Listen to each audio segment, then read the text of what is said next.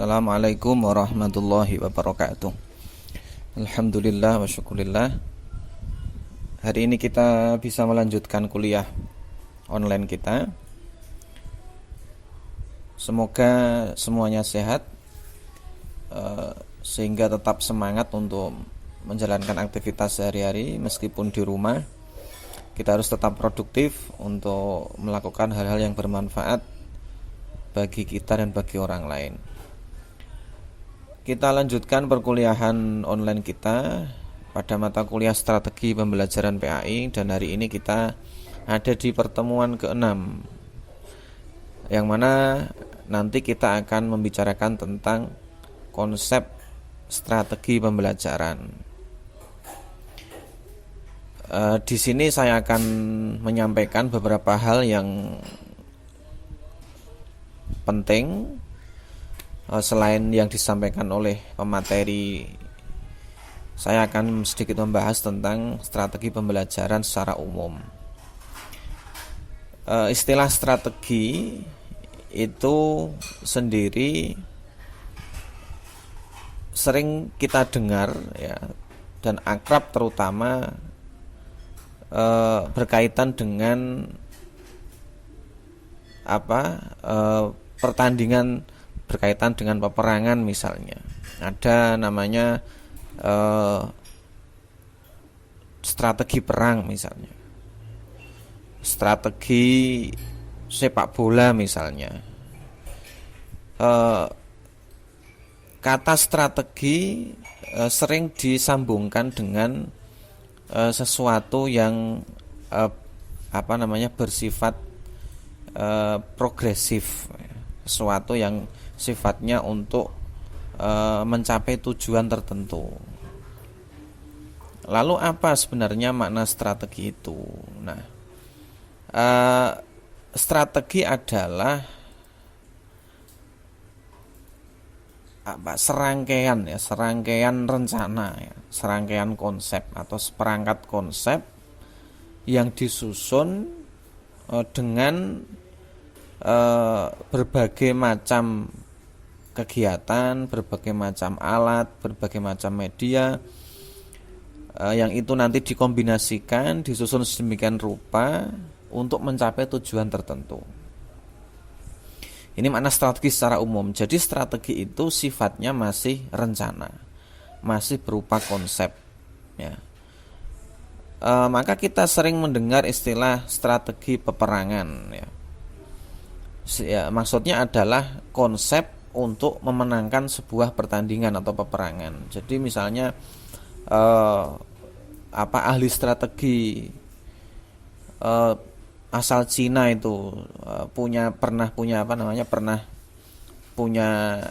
pepatah atau perkataan ya. Jadi strategi bertahan yang paling baik itu adalah menyerang. Misalnya begitu. Jadi untuk memenangkan peperangan maka harus menyusun sebuah strategi. Begitu. Dalam dunia olahraga misalnya, dalam dunia sepak bola, kita juga mengenal istilah strategi. Misalnya ada strategi kick and rush ya, atau strategi total football. Itu adalah rancangan pertandingan yang disusun untuk memenangkan pertandingan itu. Jadi intinya bahwa strategi itu adalah rancangan aktivitas ya yang kita lakukan untuk mencapai tujuan tertentu. Tergantung apa aktivitas kita itu. Misalnya peperangan ya berarti rancangan atau konsep untuk memenangkan peperangan, atau rancangan untuk memenangkan pertandingan sepak bola, rancangan kegiatan atau aktivitas untuk memenangkan pertandingan catur misalnya. Itu kaitannya dengan strategi. Jadi strategi itu disusun untuk mencapai tujuan tertentu. Nah, dalam konteks pembelajaran juga demikian. Jadi jika dikatakan strategi pembelajaran, maka maknanya adalah serangkaian ya, rancangan ya, atau konsep yang berisi rancangan kegiatan, materi, kemudian metode, evaluasi yang kita gunakan dalam proses pembelajaran untuk mencapai tujuan pembelajaran. Nah, itu makna tujuan, makna strategi pembelajaran. Jadi katakanlah, anggaplah pembelajaran itu adalah sebuah pertandingan, ya, maka kita harus menyusun strategi agar kita memenangkan pertandingan itu. Apa ukurannya menang itu? Ya berarti tujuan kita tercapai dalam pembelajaran itu. Ya. Tujuan kita di situ misalnya pembelajaran agar siswa mampu. Ya berarti tujuan kita agar siswa mampu itu harus menjadi patokan kita dalam menyusun strategi. Jadi bagaimana strateginya agar siswa itu menjadi mampu. Nah, itu nanti kemudian menjadi panduan kita untuk menyusun rancangan aktivitas pembelajaran. Nah, itu makna strategi. Jadi intinya bahwa dalam konteks pembelajaran, strategi itu adalah rancangan atau konsep, ya, tindakan, perbuatan, aktivitas guru dan peserta didik dalam menjalankan proses pembelajaran untuk mencapai tujuan tertentu. Nah, kalau kita memiliki cita-cita, ya, kita memiliki harapan, ya, maka kita harus punya rencana, ya, punya rancangan untuk mewujudkan cita-cita itu, untuk mewujudkan harapan itu. Nah, rancangan itulah namanya strategi. Dan penting untuk diketahui bahwa strategi itu harus disusun seefektif dan seefisien mungkin. Contoh kecilnya misalnya kita punya tujuan, misalnya mau ke Bandengan, punya tujuan ke Bandengan, maka untuk mencapai Bandengan itu kita harus menyusun strategi yang efektif dan efisien. Piye carane tekan Bandengan iku sing irit tur cepet, ya, maka caranya lewat jalan pintas misalnya begitu. Sama ketika kalian punya cita-cita, nanti mau jadi guru misalnya, atau mau jadi dosen, maka mulai sekarang untuk menggapai cita-cita itu kalian harus punya strategi sendiri bagaimana caranya mewujudkan cita-cita itu. Ya caranya bagaimana? Apa strateginya bagaimana? Ya disusun mulai sekarang. Ya, nilai kuliah harus maksimal, ya. Kuliahnya harus tepat waktu, selesainya harus tepat waktu misalnya. Bacaannya harus banyak, harus punya pengalaman organisasi di luar. Nah, itu bagian dari rancangan kita untuk mencapai tujuan tertentu. Nah, dalam konteks pembelajaran juga demikian. Ketika kita menginginkan peserta didik kita itu mampu, ya, maka kita harus merancang strategi itu. Ya, bagaimana supaya anak didik kita itu mampu.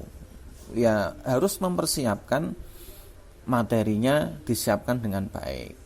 Metodenya disiapkan dengan baik yang relevan dengan keadaan, dengan karakter peserta didik. Evaluasinya dibuat sevalid mungkin, misalnya begitu. Nah, jadi strategi pembelajaran itu sifatnya luas sekali, ya.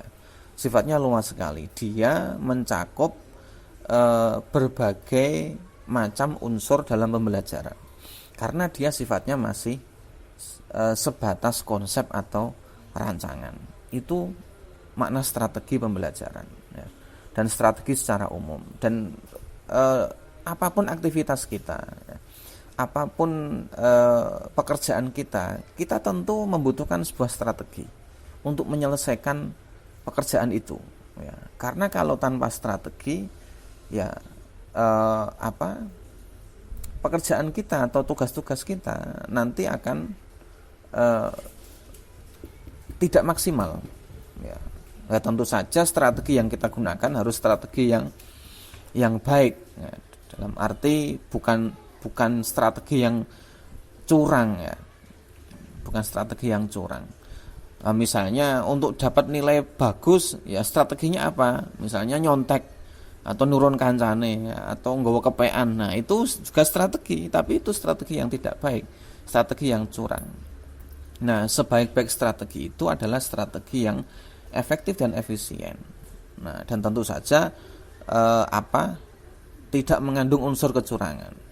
Nah, maka ketika kita merancang sebuah strategi, usahakan kita rencanakan strategi itu nanti akan mengantarkan kita untuk mencapai tujuan itu dengan efektif dan efisien.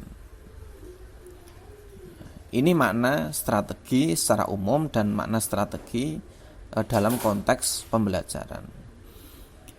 Nah, dalam konteks pembelajaran sendiri, yaitu ada banyak istilah yang sering disalahpahami atau tumpang tindih dengan makna strategi. Jadi kita sering mendengar ada istilah strategi, ada metode, ada pendekatan, dan ada teknik. Kalau kita mendengarkan orang ngomong, terkadang istilah strategi digunakan untuk metode. Nah, istilah metode digunakan untuk mengungkapkan strategi. Ya, saya sering mendengarkan orang berbicara seperti itu. Ya, itu mungkin untuk mudahnya saja. Tetapi kalau kita dalami, sebenarnya istilah-istilah itu berbeda. Ya, meskipun sekilas tampak sama. Jadi strategi, pendekatan, metode, dan teknik itu maknanya memang hampir sama, tapi sebenarnya berbeda. Nah, di sini coba kita uraikan itu. Ya. Jadi yang pertama pendekatan. Ya. Pendekatan itu bahasa Inggrisnya approach, ya. Approach atau sudut pandang. Ya. Bahasa Arabnya wijhatun nazar. Jadi sudut pandang.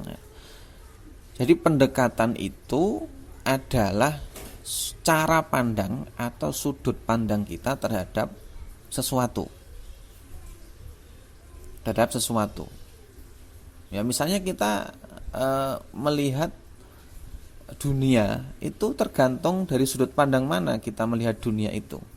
Kalau kita melihat dunia itu sebagai tujuan misalnya, ya, maka kita akan ngoyo, ya, maka akan berusaha ngoyo dalam menjalani hidup itu karena memandang hidup sebagai tujuan. Berbeda ketika kita memandang hidup itu sebagai perantara saja. Tujuannya bukan hidup, tetapi tujuannya setelah hidup. Nah, itu cara pandang, ya. Jadi bagaimana kita menjalani hidup di dunia itu tergantung cara pandang kita dalam memandang kehidupan. Kalau kehidupan di dunia ini kita pandang sebagai tujuan, ya, kita akan berhenti di situ. Ya, hidup kita ini akan kita gunakan untuk mengejar kehidupan di dunia. Ya. Tetapi kalau kita memandang kehidupan di dunia ini sebagai perantara untuk kehidupan yang abadi setelah kehidupan di dunia, ya, maka kita santai saja menjalani hidup itu, ya, orang ngoyo, ya, karena toh ini bukan, kita tidak di sini selamanya, ya. Nah, kita nanti akan hidup lagi setelah kehidupan yang ini. Nah, itu cara pandang. Jadi cara pandang nanti akan menentukan bagaimana kita menjalani sesuatu, ya. Menikah misalnya, ya. Bagaimana kita menjalani kehidupan dalam pernikahan itu, ya, tergantung bagaimana cara kita memandang pernikahan itu. Ya, kalau kita memandang pernikahan itu hanya sebagai misalnya pelampiasan kebutuhan biologis, ya ya isinya ya kehidupan kita nanti hanya akan di situ saja.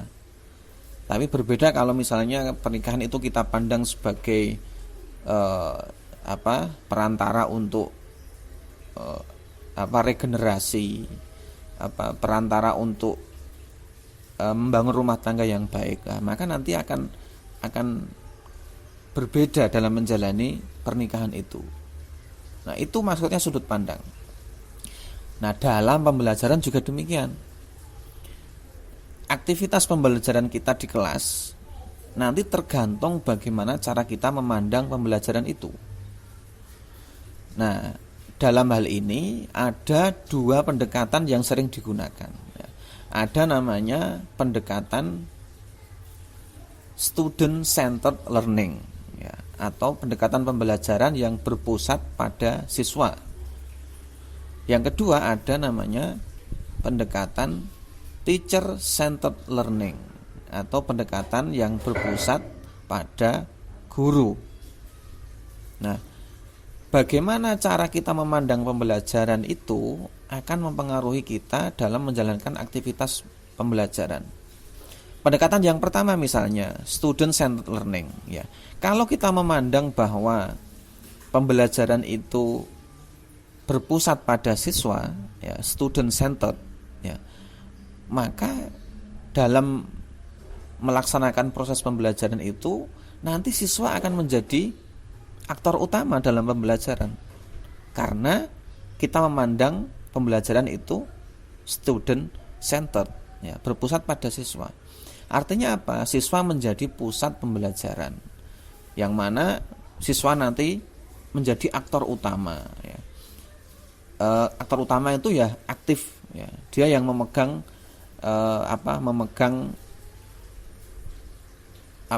pembelajaran di kelas, ya, yang banyak tampil di dalam kelas. Itu kalau pendekatan yang kita gunakan adalah student center, ya, berpusat pada siswa. Berbeda ketika kita memandang pembelajaran itu teacher center, ya, berpusat pada guru. Ya, maka yang aktif ya lebih dominan di guru. Ya, guru sebagai aktor utama, sementara siswanya sebagai figuran. Akibatnya apa? Guru lebih banyak aktif mendikte siswa, lebih banyak ceramah, lebih banyak menyampaikan materi daripada siswa yang diminta untuk belajar atau bereksplorasi dengan materi itu.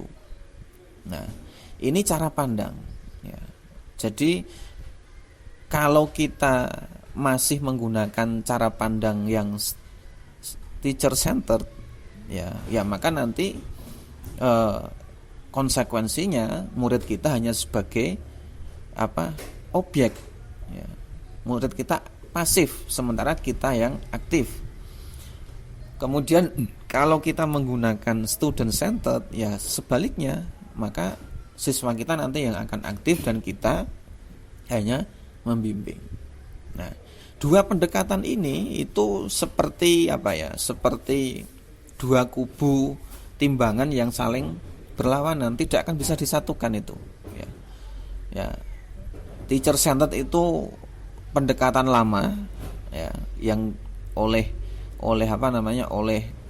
pakar modern itu dianggap kuno atau konvensional, dan di era sekarang orang lebih banyak menggunakan pendekatan yang student centered, ya, pendekatan yang berpusat pada siswa. Dulu sudah pernah saya sampaikan mengapa begitu, ya. Mengapa pembelajaran sekarang tidak seperti pembelajaran masa lalu, ya, karena sekarang semua orang punya modal atau punya kemampuan masing-masing, ya. Jadi guru tidak lagi menjadi orang yang maha tahu di dalam kelas. Nah, itu. Nah, yang kedua, ya, tentang makna strategi. Jadi itu artinya pendekatan, ya. Jadi pendekatan itu sudut pandang atau cara pandang kita terhadap sesuatu.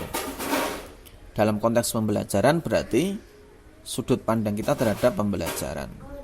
Yang kedua strategi.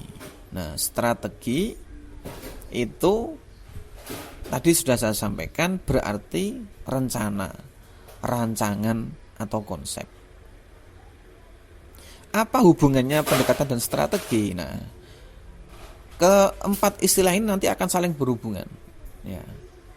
Pendekatan, ya, karena itu adalah dasar dari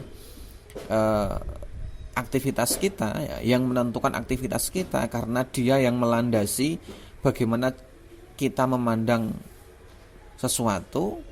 Maka ketika pendekatan kita menggunakan student centered, maka nanti strategi yang akan kita susun juga akan terpengaruh dengan itu. Artinya bahwa strategi yang kita susun nanti juga harus strategi yang memungkinkan siswa itu aktif, karena kita memandang pembelajaran dengan pendekatan student centered. Nah, ini hubungannya. Jadi ketika pendekatan itu yang kita gunakan adalah student centered, maka nanti strategi yang kita susun nanti harus sesuai, ya. Strategi yang kita susun juga harus mengupayakan untuk siswa aktif. Itu strategi, ya. Jadi yang mendasari strategi adalah pendekatan. Jadi dari pendekatan itu kemudian pendekatan nanti kita pola pikir, ya, sudut pandang kita itu nanti kita wujudkan dalam sebuah strategi, dalam sebuah rencana. Nah, rencana itu nanti kemudian kita aplikasikan dalam pembelajaran, ya, di dalam kelas. Nah, aplikasi dari strategi itu namanya metode. Aplikasi dari strategi itu namanya metode, ya.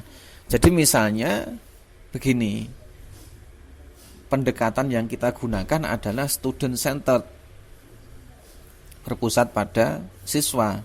Strategi yang kita susun nanti otomatis ingin mengaktifkan siswa, ya. Dari tujuannya bagaimana, materi yang kita gunakan apa, kemudian langkah-langkahnya bagaimana. Nah, lalu itu di dalam kelas nanti kita wujudkan dalam metode. Jadi bagaimana kita mengimplementasikan itu di dalam kelas. Misalnya strategi pembelajaran berbasis masalah, ya. Strategi pembelajaran berbasis masalah. Kita menggunakan strategi itu. Sudah kita susun konsepnya dengan dengan baik dalam wujud RPP misalnya, ya. Maka nanti di dalam kelas tinggal kita eksekusi. Di kelas nanti kita bagaimana cara mengimplementasikan itu. Bisa dengan diskusi misalnya, bisa dengan discovery, ya. Bisa dengan debat. Nah, itu metode. Itu metode. Jadi strategi yang ada di dalam rancangan kita itu, ya, nanti kita eksekusi di dalam kelas dengan metode yang bermacam-macam. Nah, satu strategi, misalnya kita memilih strategi pembelajaran berbasis masalah atau problem based learning. Implementasinya di kelas nanti kita bisa menggunakan banyak metode. Jadi satu strategi itu bisa berisi beberapa metode, tidak harus satu metode.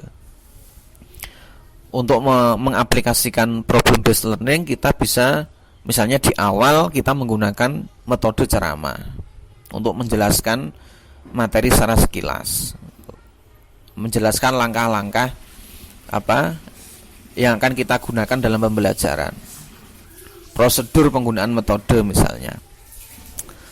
Lalu setelah ceramah nanti siswa diminta untuk inquiry itu mencari materi sendiri ke perpustakaan misalnya, atau lewat komputer.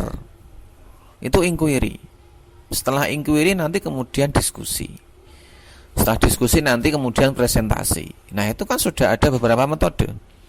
Nah, strateginya satu, yaitu problem based learning. tapi metodenya bisa bermacam-macam. Nah, yang terakhir teknik. Teknik itu lebih pada personal, ya, lebih pada gaya atau cara guru dalam menerapkan sebuah metode pembelajaran. Jadi misalnya guru menerapkan metode ceramah, ya. Guru menerapkan metode ceramah. Untuk menerapkan metode ceramah itu setiap guru punya gaya yang berbeda-beda. Ada yang ceramahnya datar, ya, tanpa koma, tanpa titik, ya, ngomongnya los. Ada guru yang ceramahnya diselingi dengan cerita, dengan guyon. Ya, ada guru yang sukanya pakai PowerPoint untuk ceramah. Itu teknik namanya. Teknik dalam mengimplementasikan sebuah metode. Nah, misalnya ceramah untuk kelas yang gemuk, ya. Kelasnya ada 40 orang, maka teknik ceramahnya otomatis berbeda dengan ceramah yang kelasnya kurus, misalnya cuma orang 15, pasti berbeda. Itu namanya teknik. Nah, keempat istilah itu saling berkaitan, ya. Berbeda tetapi saling berkaitan. Pendekatan itu adalah landasannya, ya. Titik tolak, ya, landasan kita dalam menyusun strategi. Strategi nanti kita implementasikan dengan metode. Nah, metode nanti di dalam kelas kita implementasikan, nah, dengan gaya kita masing-masing yang dinamakan dengan teknik pembelajaran. Begitu. Nah, apa manfaat kita menyusun strategi? Nah, tadi sudah saya singgung bahwa tidak ada aktivitas atau pekerjaan atau tugas yang akan berhasil dengan maksimal jika tidak kita rencanakan dengan strategi terlebih dahulu. Jadi kalau kita ingin memenangkan sebuah pertandingan catur, ya kita harus punya strategi bagaimana mengalahkan lawannya. Ya, kalau kita ingin kuliah lulus tepat waktu, ya kita harus punya strategi supaya lulus tepat waktu. Ben sugih itu piye carane? Ya kita harus punya strategi bagaimana kita menjadi orang kaya. Nah, pembelajaran juga begitu. Jadi dengan strategi itu guru bisa mendapatkan beberapa manfaat, ya. Manfaat yang utama, ya, dengan strategi itu guru akan lebih mudah dalam mengelola pembelajaran. Jadi karena sudah direncanakan, nah, maka nanti pembelajaran akan bisa dilaksanakan dengan terstruktur, ya, dengan sistematis dan terarah sesuai dengan tujuan yang telah ditetapkan. Ya. Sering saya kutip itu, ya, rencanakan apa yang akan kamu lakukan dan lakukan apa yang sudah kamu rencanakan. Nah, jadi dengan strategi itu harapannya kita pembelajaran kita nanti akan terarah, ya, akan berjalan sesuai dengan tujuan yang sudah kita tetapkan. Itu manfaat utamanya. Nah, selain itu di buku sudah saya jelaskan, ya, misalnya materi pembelajaran itu akan mudah disajikan, ya, siswanya juga lebih mudah menerima. Kalau pembelajarannya itu tersusun dengan baik, nanti juga akan menarik perhatian dan motivasi peserta didik, ya kan? Otomatis ketika pembelajaran itu dilakukan dengan tersistem, terarah, ya, itu nanti juga peserta didik akan merasa nyaman. Beda dengan apa? Beda dengan ketika pembelajaran itu tidak disiapkan, ya, tidak disiapkan, maka nanti ya peserta didik juga akan malas, itu akan tidak menarik perhatian peserta didik. Begitu. Ini manfaat strategi. Nah, Adapun unsur-unsur strategi, ya unsur-unsur strategi, karena strategi itu adalah rancangan secara umum, ya rancangan secara global, ya, maka setiap strategi itu harus mengandung 4 unsur. Ya, yang pertama adalah tujuan, ya, atau bahasa ilmiahnya itu spesifikasi dan kualifikasi hasil dan sasaran yang harus dicapai. Ya, simpelnya itu adalah tujuan. Jadi dalam strategi itu harus kita tetapkan tujuannya, ya. Berikut spesifikasinya dan kualifikasinya. Jadi misalnya kita mengajar mapel fikih bab sholat, ya maka harus jelas tujuan dan kompetensinya. Tujuannya apa? Misalnya siswa mampu melaksanakan sholat 5 waktu dengan baik dan benar. Itu tujuannya. Lalu kompetensinya apa? 1, siswa mampu memahami sholat, ya. Siswa mampu melafalkan lafal sholat. Siswa mampu mempraktekkan sholat. Jadi harus jelas dan spesifik apa tujuan yang harus kita capai. Yang kedua, pendekatan pembelajaran. Nah, ini tadi sudah saya sampaikan, pendekatan itu penting karena ini yang menjadi landasan kita dalam pembelajaran. Kemudian langkah-langkahnya, ya, langkah-langkah pembelajaran. Nah, langkah-langkah itu tidak hanya mencakup aktivitasnya saja, tetapi juga di sana nanti ada metode yang kita gunakan apa, alatnya apa, medianya apa, sumbernya dari mana, lalu sarana prasarana yang kita gunakan apa. Itu adalah langkah-langkah. Dan yang terakhir, patokan ukuran keberhasilan. Ya, jadi untuk mengukur apakah tujuan kita tercapai atau tidak, kita butuh standar. Standar itu namanya apa? Evaluasi. Ya, evaluasi itu alat untuk mengukur apakah tujuan kita tercapai atau belum. Itu namanya evaluasi. Nah, kemudian yang terakhir, klasifikasi strategi pembelajaran. Nah, klasifikasi ini sifatnya global, ya, karena kalau kita melihat strategi pembelajaran itu macamnya banyak sekali, ya, dan terus berkembang seiring berkembangnya penelitian tentang pendidikan.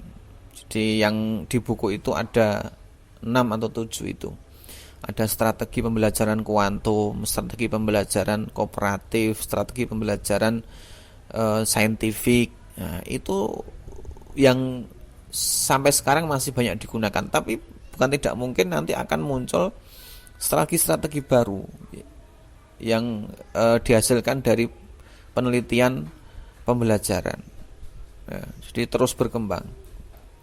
Nah, yang klasifikasi yang di sini dan yang di buku itu sifatnya global. Yang pertama dari segi penyampaian. Ya. Dari segi penyampaian secara umum strategi bisa kita klasifikasikan menjadi 2, yaitu strategi ekspositori atau disebut direct learning. Direct learning itu strategi yang menyampaikan materi pembelajaran secara langsung.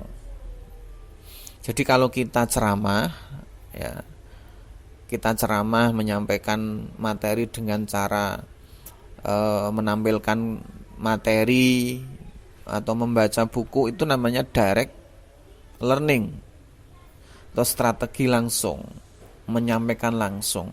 Kita tanpa perantara dan tanpa tanpa media, tanpa perantara untuk menyampaikan materi itu. Yang kedua, discovery. Discovery itu tidak langsung atau indirect.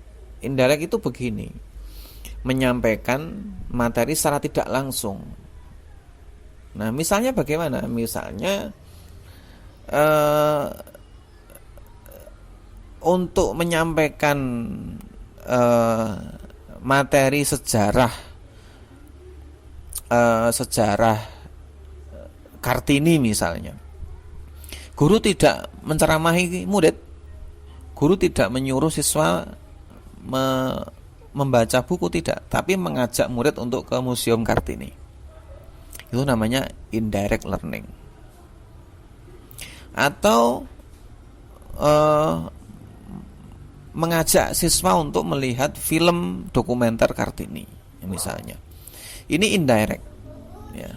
Menyampaikan materi tidak seperti materi yang ada di buku, tidak seperti materi yang ada di kurikulum, tapi dengan cara lain yang tidak langsung. Nah, ya, baik direct atau indirect itu ya baik semuanya, ya tidak ada yang tidak baik, tergantung kondisi dan situasi. Ya, jadi apapun strateginya, ya, apapun metodenya itu tergantung situasi dan kondisi. Semua strategi baik, semua metode itu baik. Tidak ada yang tidak baik. Ya, semuanya baik dan semuanya punya kelemahan dan kekurangan. Tergantung bagaimana kita menggunakan itu sesuai dengan kondisi, situasi, karakter, lingkungan dan lain sebagainya. Gitu. Yang kedua, klasifikasi strategi berdasarkan pengorganisasian kelas. Jadi ada strategi yang digunakan secara kelompok. Ya, misalnya PBL, problem based learning, itu lebih menggunakan model kelompok. Ya. Kalau misalnya strategi pembelajaran aktif, itu ada yang lebih menonjolkan individu dan lain sebagainya. Jadi ada strategi yang lebih menonjolkan kerja kelompok, ada juga yang kerja individu. Yang terakhir, klasifikasi strategi berdasarkan urutan penyampaian. Ada namanya strategi induktif. Induktif itu berarti dari